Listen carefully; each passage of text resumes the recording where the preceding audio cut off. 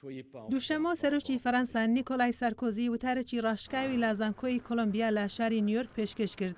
ئەو گوتی هیچ وڵاتێک بەتەنیا ناتوانێت حکومڕانی جیهان بکات و داوای لە وڵاتە یەکگرتووەکانی ئەمریکا کرد بڕیاری دراوی پەسەند بکات بۆ ئەوەی جارێکی دیکە سیستمی دراوی جیهان کە کەوتۆتە نزیک بە کەوتن لێ دووپات نەبێتەوە.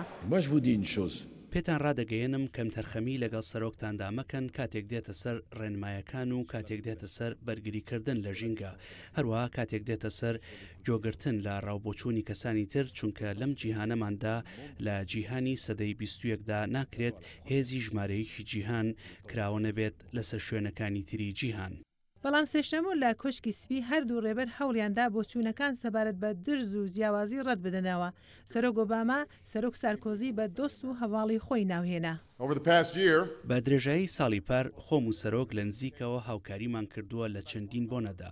ئێمە ڕێز لە یەکتر دەگرین و لە یەکتر تێدەگەین، هەروەها هاوبەشی بیر و باوەڕێکین کە لە ڕێگەی کردەوەی بێوێرانە و واقعیانەوە نەوەکەمان دەتوانن ئاراستەی مێژوو بەرەودادپەروەری و پێشکەوتن بچەمێننەوە. بەڕێز سارکۆزی کە بەڕێگای وەرجێرە قسەی دەکرد گوتی پەیوەندی نزیکی لەگەڵ بەڕێز ئۆباما هەبووە. گوتەکانی بریتیە لە پەیمانی خۆی، ئەوەش زۆر گرنگە. لە نێویشماندا نوکتەیەک دەگوترێت کە حەزمان لە مفاجئە نییە و بەڕاستیش لە گۆشەنیگای منەوە هیچ مفاجئەیەک نییە. ئەگەر بتوانێت ئەوە جێبەجێی دەکات، ئەگەر نەشتوانێت ئەوە دەیڵێت، کەواتە هیچ مفاجئەیەک نییە. هەردوو ڕێبەر باسی ئەفغانستانیان کرد کە لەوێ فەڕەنسا 4000 هێزووی لەشکر و هەروەها ڕاهێنەری هەیە. پێشتر دەمڕاستی کۆشکی سپی ڕابرت گبس گوتی سەرۆک ئۆباما هیچ داوایەکی تایبەتی لە فەڕەنسا بۆ زیادکردنی ژمارەی هێزەکان ناکات. بەڕێز سارکۆزی کوتی سەرکەوتن لە ئەفغانستان بۆ ئاسایشی ئەمریکا، فەڕەنسا و ئوروپا گرنگە. دەبێت ئازابین و هەتا کۆتایی استراتیجیەکەمان لە ئەفغانستاندا بڕۆین و ڕوونیشی بکەینەوە کە استراتیجێتێکی تر نییە. لە دیداریاندا هەردوو ڕێبەر باسی چالەکیەکانی ناوکی ئێران و سەرپێچیکردنی تاران لە داوای کۆمەلگای ناونەتەوەی بۆ ڕاگررتنی پێتاندنی یورانیۆمیان کرد.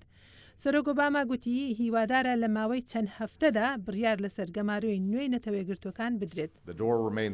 دەرگا هەروواڵایە ئەگەر ئێران بێوێت هەنگاو بنێت، بەڵام ئەوان زۆر بە ڕاشکاوی لە هەلومەرجەکانی چارەسەری دیبلۆماسی تێدەگەن و ئێستاش بە توندی هەنگاو بۆ سزاکانی نەتەوەیەگرتوەکان دەنین. و سەبارەت بە ڕۆژهەڵاتی نێوەڕاست، سەرۆک سارکۆزی ناپەسەندی نیشتەجێ ئیسرائیلی لەو خاکانەی کە لە شەڕی 1967 دەستی بەسەرداگیرابوو کرد.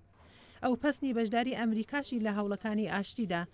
سەرۆک سارکۆزی هەروەها سەردانی کۆنگرێسی ئەمریکای کردو لەوێ لەلایەن یاسادانەران لە هەنگاوەکانی کۆنگرێس بۆ چاکسازی یاساکانی دراوی ئاگادار کراوە.